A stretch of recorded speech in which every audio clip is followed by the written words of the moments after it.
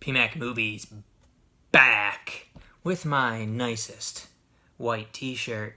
Got a little chicken bone broth here. Gotta try to stay healthy. But we have a PMacMovies reviews video here today. Let's get down to business. So I must have done one not too long ago because my stack of stuff is fairly reasonable. So I think I can keep this under a half hour. Haven't really thought about what I'm going to say about these movies. And I've actually been thinking, and by the way, thanks for watching PMacMovies. Check out the description section for ways that you can help out the channel, links, and my Instagram and all that fun stuff. These movie reviews are just brief movie reviews. I don't get all artsy-fartsy. I'm watching the movies for entertainment value. I'm not trying to pick a Best Actor Award winner. You know, acting does play a part and everything like that.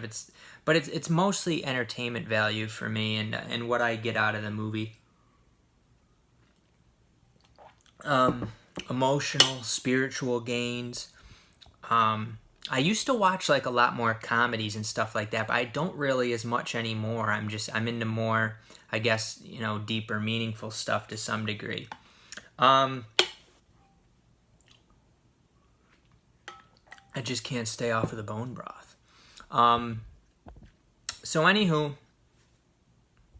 we got a few movies here. I think I was going to talk about something else, but I totally lost track of what I was going to say.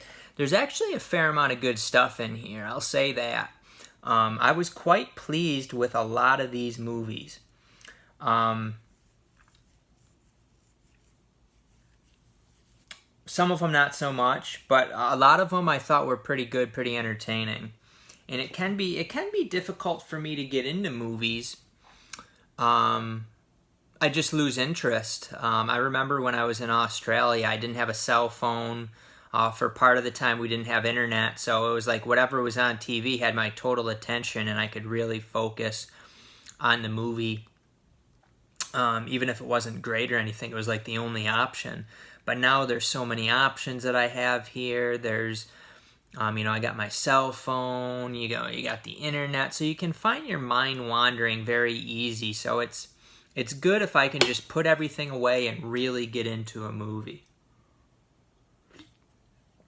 First, I want to talk about this Poirot set. So, actually, Poirot, the complete collection, that's just part of it.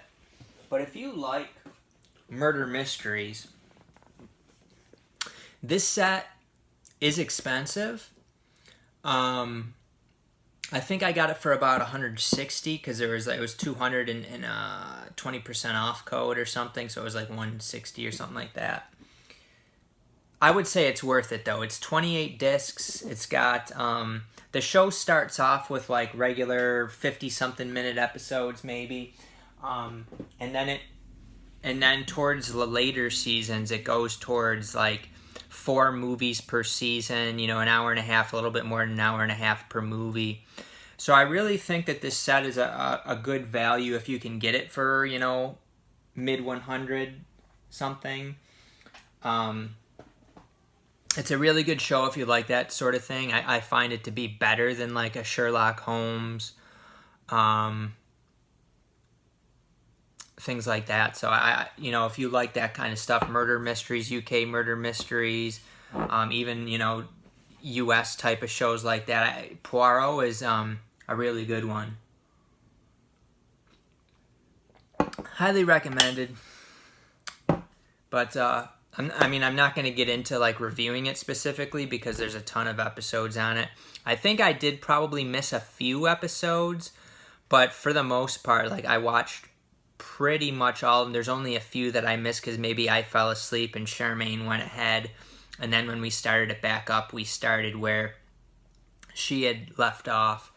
So I missed a few episodes out of there and I could still watch, but it is a good show, and I think I started like appreciating it more towards the end. It got maybe a little bit more serious, a little bit darker to some degree. and I think I just enjoyed those movie ones a little bit more. The ones that were like, I think most of them were over an hour and a half.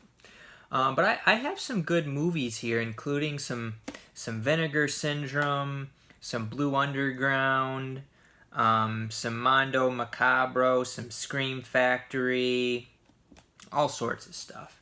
But the problem is, too, and this is what I was going to say earlier. This is what I was going to say, and then I forgot. I got sidetracked.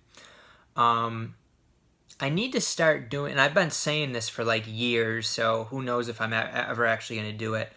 When I watch a movie, I either need to make like a video review right then when it's fresh in my mind, or jot down some notes. And I think maybe if I had like a dedicated notebook, that's what I need to get. I actually had a ton of old notebooks that, I don't know, they got lost in the transition from moving 2 times, but they're somewhere. They're either here at my parents'.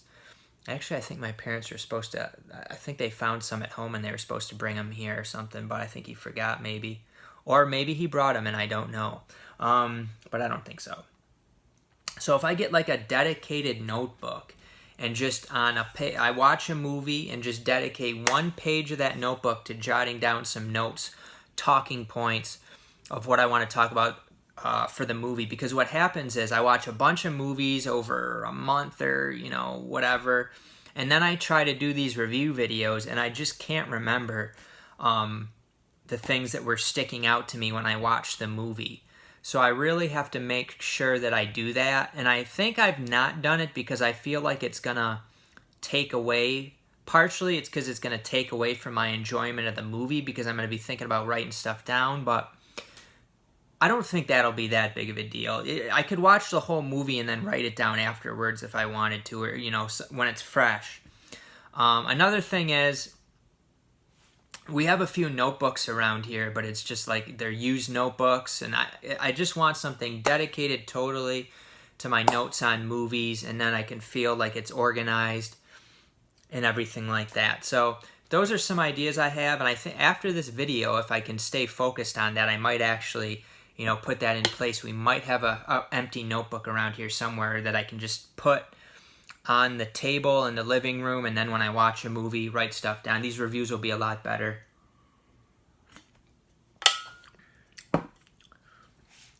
Now with Vinegar Syndrome, let's take a look at a couple Vinegar Syndrome, because I made the Vinegar Syndrome haul video, and this PMacMovies isn't like a dedicated channel to horror boutique Blu-rays, and I've gotten more into horror boutique Blu-rays partly because I like kind of some deeper stuff or some like different ideas, like taking a look at some different ideas, some almost like fantasy elements or sci-fi and stuff like that. And there's just I find there's not really that many sci-fi or fantasy movies that are really that great. And I think the next closest thing, or even movies that kind of weave that in, are horror movies. You can get to some kind of interesting ideas, some interesting topics as far as what life's all about,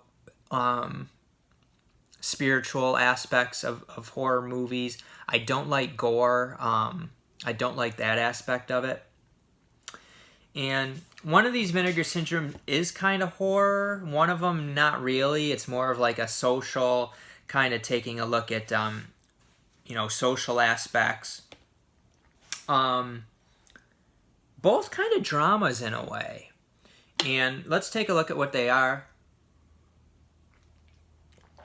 I didn't dislike either of these movies. I really enjoyed one, and one I thought was kind of weird, and it had interesting stuff to it, but nothing that's really made me think too much, and nothing that's really outside of my the perspectives I already have. So the first one is Decoder here. This felt like more of a low budget. It's like a low budget foreign movie. I don't even know what country. I think I know what. I think this is German. And And it kind of, it takes a look at, there's actually not a whole lot of dialogue in this movie. And there's some really weird images that are flash in the movie. And I mean, the main storyline focuses on like a fast food place, and they're using like music as a means of mind manipulation, of mind control. And, that kind of stuff happens all the time. And then, this is what I think happened. It's not really, it's the type of movie where you kind of watch it and not everything's explained. But, the main character kind of gets it out there that that's what they're doing. And then there's like a, riots and stuff because of that. And, I feel like people know that people are just so complacent now that people, to some degree, know that they're being manipulated through TV and radio and things like that, but they just, either they don't accept how much they're being manipulated, or, we're just kind of, we don't care as much, or we've just let we've kind of let the powers that be have so much, there's nothing we can do about it. So in this, we feel like there's nothing we can do about it anyway. And even if you did do something about it, there's so many people that don't do anything about it. They can simply just, arrest you. Whereas if everybody if there was like mass non-compliance, then the system would really have a problem. So, this movie kind of takes a look at some aspects as far as that of what I'm talking about, but it kind of focuses on this one particular fast food chain. But really, I mean, it has bigger implications than that. It's not just one fast food chain or whatever. It has that's kind of a micro, in a macro. The situation in full is kind of that way, where there's just constant manipulation in every aspect of our lives, not just when you go to the fast food restaurant. Are they even? I don't know. I feel kind of weird calling them restaurants. And then you got like, there's like this higher ups at the corporation or whatever, and they kind of got this guy that's going after the main character here, who is the one who's spreading this information that they're manipulating you. And he gets involved with this group too, this kind of underground group. But again, it's not really all explained. It's there's not a whole lot of dialogue and stuff like that. So I mean, as far as entertainment value, I didn't think it was really that good. It was worth a watch. I don't know if it's one that I really need to keep and stuff like that. I'm probably not going to rewatch it. I mean, sometimes movies will kind of get me thinking more deeper about things and stuff like that. But I mean, this is stuff that, to me, is still kind of surface level to a big degree. Like it's not really going deeper below like the surface into like spiritual components or really deep emotional components. And then the movie that this one, I have to say, this one was a lot better than I thought it was going to be. And it's one where if I wrote stuff down and I had my thoughts together, I could really do a better review on it. It is Deadline here. Now, when you take a look at this, you look at the back there and it's all gory. I mean, the front's gory. It gives you this kind of perspective that this is going to be like a horror, gory, nasty movie. But I popped it in and I got the music and everything. It's got that great 80s feel. It's from 1980. It's got that great 80s feel with the 80s music, and it sets up the family environment. It sets up the relationships within the family. This is definitely not a feel-good movie. But it is a movie where you can really learn a life lesson from what the main character goes through, and that's really important. The main character is a horror author, something like a Stephen King.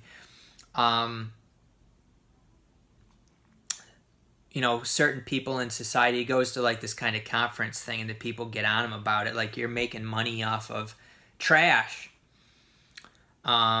which is true to a big degree. And his response is, I'm trying to show certain things that are happening in society through horror. This is my art. This is the way that I'm communicating to my audience, And that is what a lot of horror is. It's a lot of metaphorical stuff that probably a lot of people that watch the movies don't really think about. But this movie's really a lot of dramatic elements. It's almost more drama than horror. Now, the horror throughout the movie is it shows portions of, he wrote these books that were turned into movies, and it's kind of portions of that or things that he's working on, like ideas that he has for this kind of show or movie that he's making. And there's a lot of pressure on him to kind of make this kind of horror sleaze, get it out there so we can make some money on it. His boss is putting this pressure on him, and he wants to make something deeper than that, like something more profound than that in the horror genre, but he just can't come up with what it is. And I don't want to give too much away, but I feel like how that story was constructed really works well, and I think it really is powerful. This is certainly not just a horror movie. It's actually more, to me, a drama, and kind of thinking like, are your priorities straight in life? Between work, money, family relationships, is your lust for success or your lust for money ruining other aspects of your life? There's a lot of that kind of stuff in here. And I thought it worked really well, and I really enjoyed this movie. I'm glad to get this nice Vinegar Syndrome edition with Slippy Dippy. I mean, I don't love the artwork on it because I feel like it misportrays the movie. It's really, it's dark more in an emotional sense. A lot of the horror in it is actually almost kind of like, I'm not sure if it's comedy totally, but it's like, it's just like stories that he's working on. So it's not like things that are actually happening to the character as far as those elements of it. But I think it's a great movie and a great find, because, this is something, obviously, if Vinegar Syndrome didn't put it out, I never would have seen it. And this is, to me, this is just an excellent horror movie. I'd probably give this like a 4.5 out of 5. I thought it was really a good one, and I highly recommend it, even if you don't like horror movies. And there's some gore in it, but nothing that I thought was too horrible. All right, let's move on now. I believe those are the only 2 Vinegar Syndromes I've watched. I have watched a few of the recent Blue Underground ones that I bought. First up, we have Dick Moss's Amsterdammed, set in Amsterdam. This is in Dutch, and I'll tell you what, I really enjoyed this one. This is a giallo, and it really has like that unique component. Set in Amsterdam, and there's just like, what do they call, like canals? Canals just all throughout the city, and the killer utilizes those canals to do his deeds. And the main character in this is a cop who's kind of trying to figure out what's going on here, Detective Eric Visser. This movie is from 1988. It's 113 minutes. This is a 2K restoration from Blue Underground. I think I paid about $18 for it. Definitely worth it. If you like giallos, European movies, European horror, I feel like the story to it is good, and it's just enough of a unique giallo to really make it entertaining. Like I said, with the uniqueness of the killer using these canals, and I really enjoyed this one. I thought this was really good. I would give it a 4 out of 5. And I definitely recommend getting this if you can get it on sale. Another Blue Underground one, which was not horrible, but not really that great for me. It is Deathline here, starring Donald Pleasance. Christopher Lee has just a brief role in it. He's not very much involved. Basically, there's some missing people. There's at the beginning, somebody's found and they're injured, and that person goes missing there, and then the main kind of characters are working with the cops, and there's something going on down underground in the tunnels of kind of the subway underground and secret underground enclave there with like where the subways are and there's a dude living down there, and he is up to no good. It's interesting too how it kind of leaves it. You don't totally know what this guy is doing, but he's basically been trapped down there. And it wasn't horrible, but it wasn't really anything great. It had a good enough story. I think actually if you kind of read the back of it, it kind of ruins it. It kind of gives away story elements that happen late in the movie. A lot of times when you watch these movies, you want to go into it blind, really, which it's tough to do, though, because you kind of want to read the synopsis and see if you're going to be interested in the movie, but it kind of ruins the movie on you. There is some comedy in this. I think Donald Pleasance's character had a little comedy there, but overall it didn't totally work for me. I would not recommend getting that one unless you could get it for around $10, but I paid quite a bit more for. I think I paid probably $18 for that one also. Don't know if I'll try to keep that in the old collection. A couple more Blue Undergrounds. I watched Circle of Iron, starring David Carradine. This is a movie that Bruce Willis, I think, or not Bruce Willis, Bruce Lee had an impact here as far as writing the movie. And it looks like, you could kind of see what it looks like. It looks like a cheesy kind of, I don't know, fantasy type of thing. This is actually a good movie. And it's got like a lot of deep components to it as far as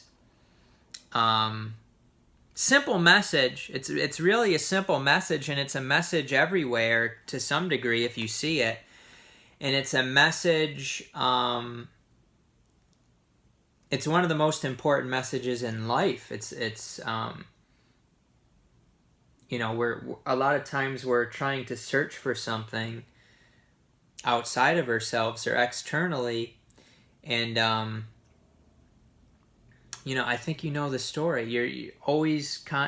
People tend to constantly be looking for this external thing that's going to give them something, or give them eternal life, or give them happiness, or give them this or that. And I knew what it was going to be right when the movie started. Like, he was searching for this thing, and I knew what it was going to be. It's always what's inside yourself is where the treasure lies, or this big thing that you're going to find that you're trying to look everywhere for. You go to a different country, you go to you search for it. Indiana Jones going around searching for these artifacts, these amazing artifacts. It's about what's within you, though. In the end, it's about what's within you. It's not about all that stuff. It's not about money. It's not about some sort of material item that's going to give you something. It's about finding the way within. And did that ruin the movie? I mean, to me, it's obvious that that's what it's about right from the beginning. It's a spiritual quest, and that's what it's about. So it's a really good one. I enjoyed that. And then another really good one that I enjoyed is God Told Me To. This is from 1976. It is 90 minutes. There are basically some people are killing people and saying God told me to do it. And this is directed by Larry Cohen. And the main character is a cop. And he is trying to figure out what the heck's going on here. He isn't buying like just the normal kind of the normal explanation of this, that people are just going nuts or whatever. So he looks into it and he finds out a lot more, and he finds out more about himself also. So again, I thought that the story of this one was pretty unique. I really enjoyed it. I thought it had some deeper, interesting elements to it. You have kind of, some biblical aspects to this movie. There's certainly some biblical aspects of this movie. And there's things that, again, I don't want to give it away, but if you are interested in that sort of thing, I don't know that there's outright demons or angels or stuff like that in this, but kind of that component of it, different types of beings and things like that. And the detective kind of goes on a journey here to figure out what the heck's going on. Really enjoyed God Told Me To. I think I paid $14 or $15 for that one.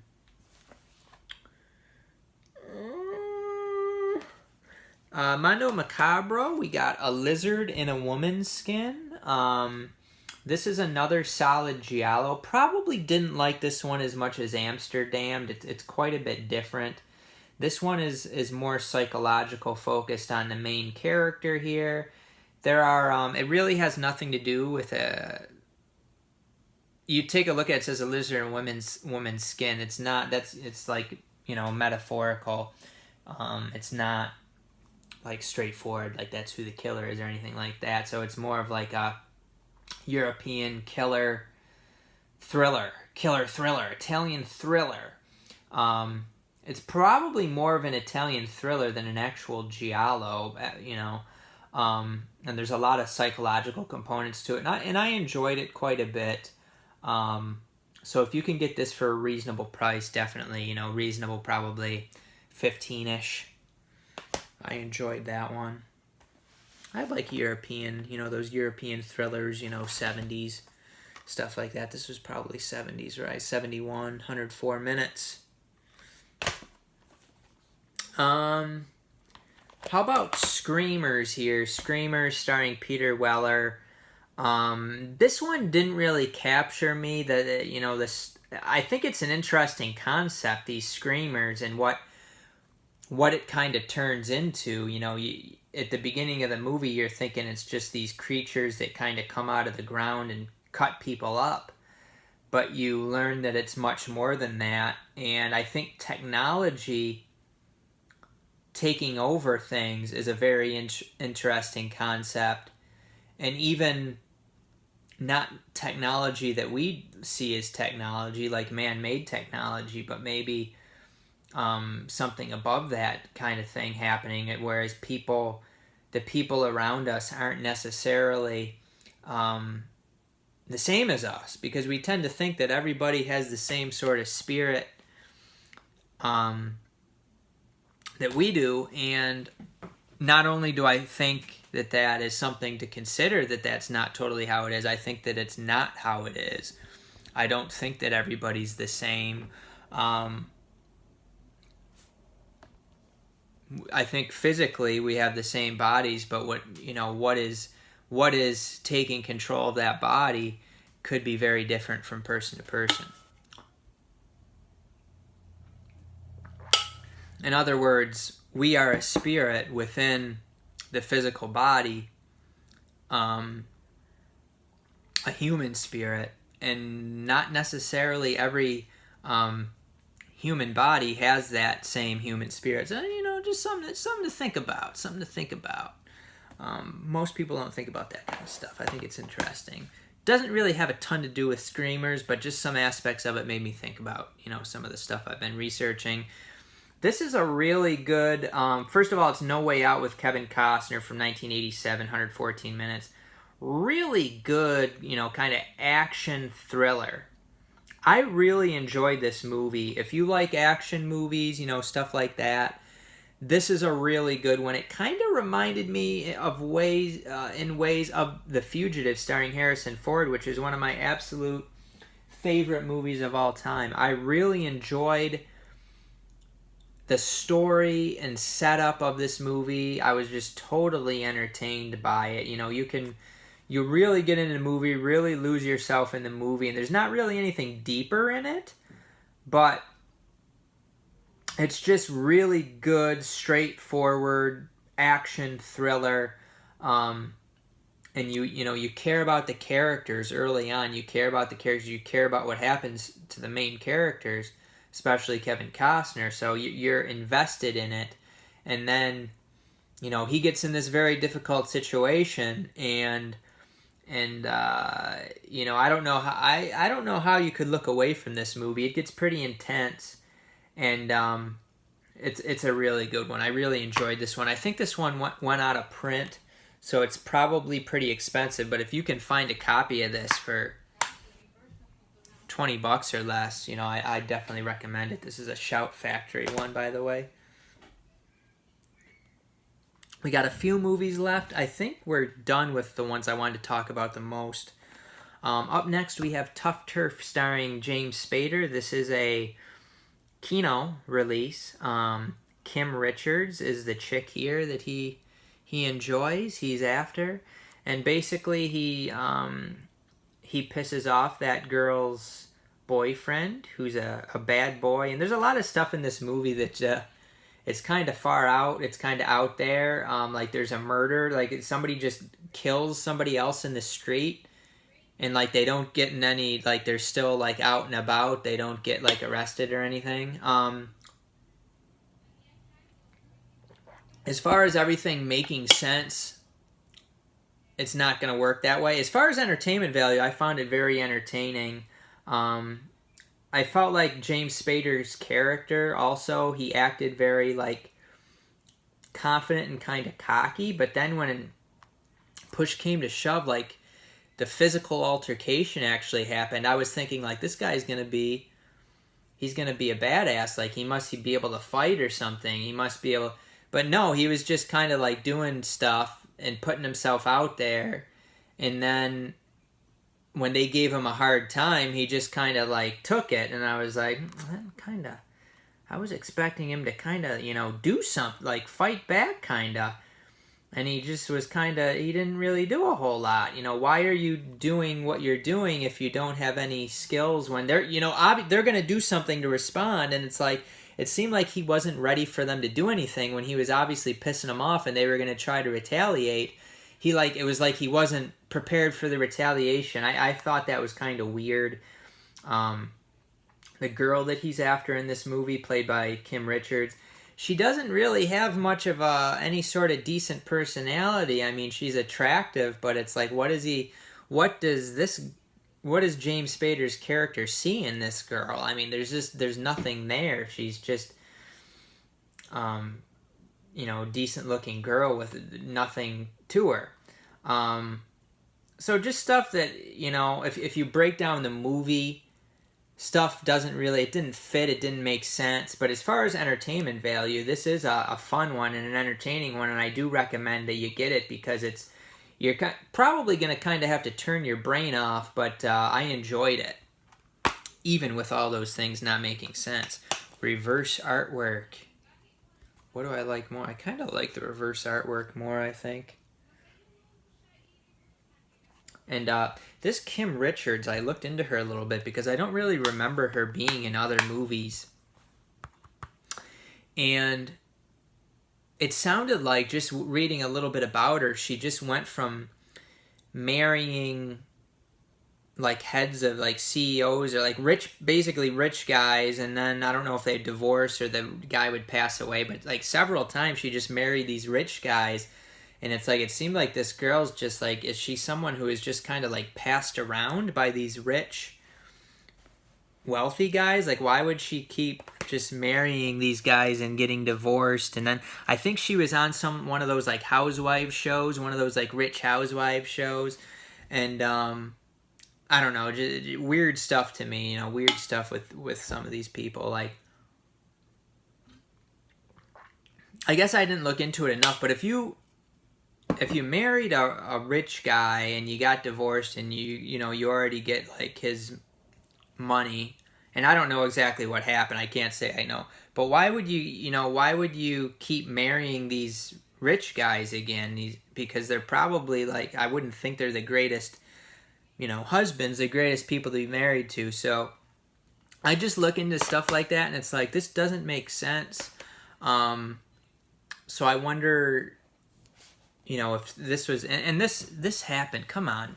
Like, people don't think that stuff like this happens at these, what happens to these kids in Hollywood, and they're just kind of passed around. And, it makes me wonder, was she one of these? And then they just kind of, like, it just kind of kept going as she got older. I don't know. Well, I'm not going to get too much into that because I'm speculating, but it just makes me think about that. I like me some James Spader. I watched Shout Factory's Bad Influence, and it's kind of, I feel like I've seen this type of movie before. It's the type of movie where Rob Lowe's character, James Spader and Rob Lowe's character become friends. Rob Lowe's character actually helps him out. But then Rob Lowe's character just becomes like this, he's basically like this psycho who just tries to ruin, James Spader's life. And I'm not going to get into details. I just feel like I've seen that thing before already. Like, I feel like I've watched this movie, like, like this, something like this story too many times, and I just wasn't really like that into it. Once you kind of see what it is, you kind of, the type of things that are going to happen. Was it a decent kind of thriller? It was okay. It was worth a watch, but nothing great. I preferred, like, Tough Turf. This is from 1990. 99 minutes. It was very reasonable, though, and I think this is another one that's going out of print. I only paid like $7 or $8.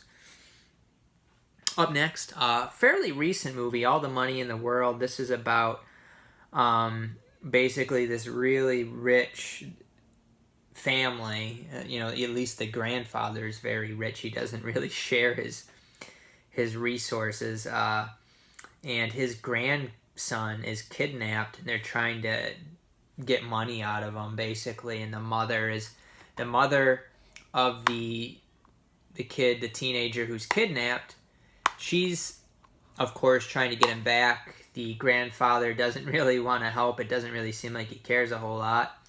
And Mark Wahlberg's character is a guy who works for the old rich fella, and he helps the mother out, trying to work with getting the situation resolved.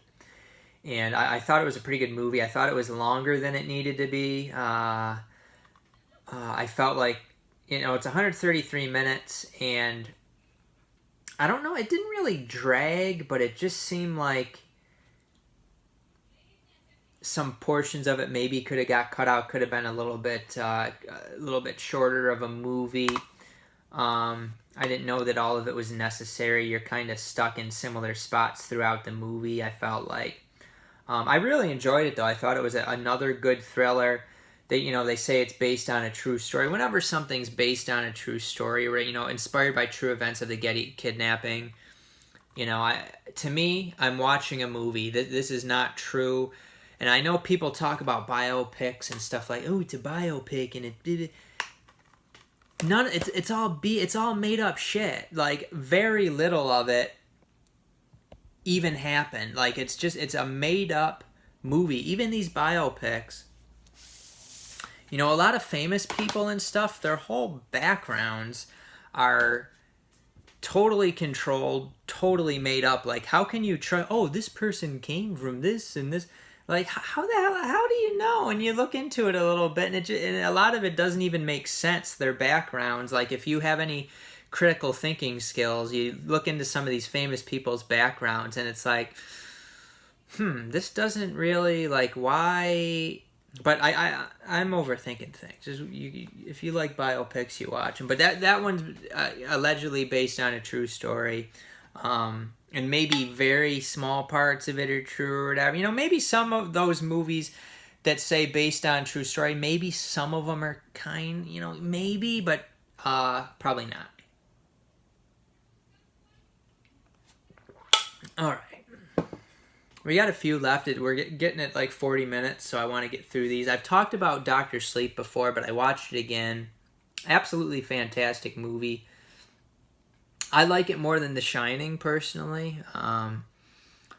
It has some really deep aspects to it. One of the best mainstream movies I've seen probably in years. Just a fantastic story. The execution's good. The characters, how the movie's developed. The conclusion I thought was really good. Just everything. And you want to watch the 180-minute director's cut. It is just a really good movie. And the theatrical version, the director's cut adds like almost a half hour. So get the director's cut. The director's cut is not on 4K. It's only on Blu-ray. So I would say get the Blu-ray for a little bit cheaper than the 4K or whatever, and just watch the director's cut on Blu-ray. This is a fantastic movie. Definitely horror elements to it, but just the story, the depth of the story is absolutely fantastic. And again, I think there's a fair amount of truth in this, and how the evil characters in this they basically feed off of kids, because the kids have this, children have this untapped energy. People get older and a lot of energy's already out of them. They're already kind of beat down. Kids aren't beat down. So there's kind of like truth drops in these movies. There's sick and twisted crap that happens in this movie, and it's amazing they can even put it in a movie and that people aren't like up in arms about it. But at the same time, it's kind of more so metaphorically showing you that there are entities out there that feed off of people's energy. I absolutely think that is true, and that's a big reason why there's so much suffering, fear, stress in the world. And it's all on purpose, because these entities feed off of it.